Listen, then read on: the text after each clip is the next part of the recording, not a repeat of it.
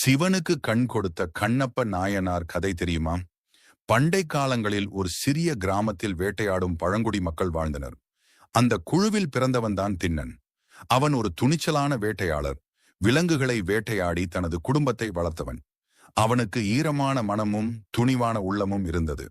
ஒரு நாள் வேட்டைக்கு போன திண்ணன் காளத்தி மலைக்குன்றில் ஒரு சிவலிங்கத்தை கண்டார்.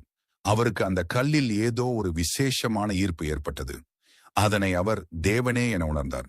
பக்தி உணர்வு பரவலானதும் தினமும் அந்த லிங்கத்திற்கு தனக்கு தெரிந்த வழியில் பூஜை செய்ய தொடங்கினார். தண்ணீர் இல்லை என்பதால் தன் வாயில் வைத்த நீரை ஊற்றி மலர்களை எடுத்து விலங்குகளின் சதையுடன் சிவனுக்கு அர்ப்பணித்தார்.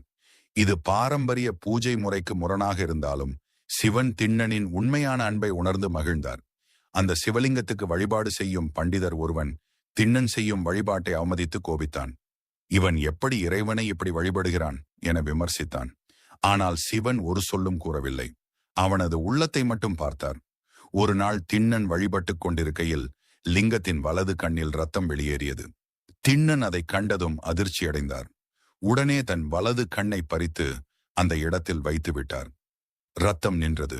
அதன் பிறகு இடது கண்ணிலும் ரத்தம் வந்தது. இந்த முறை அவர் தன் இடது கண்ணை எடுத்து வைக்கும்போது தவறாக வைக்கக்கூடாது என்பதற்காக தனது காலின் விரலால் லிங்கத்தின் இடத்தை குறித்தபடியே கண்ணை வைத்தார்.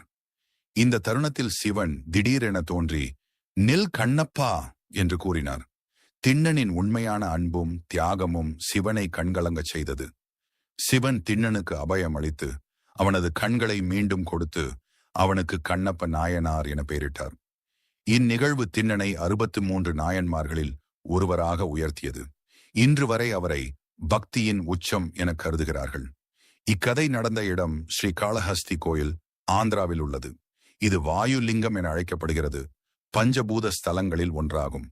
உண்மையான அன்பு பாரம்பரியத்தையும் புற அமைப்புகளையும் தாண்டுகிறது.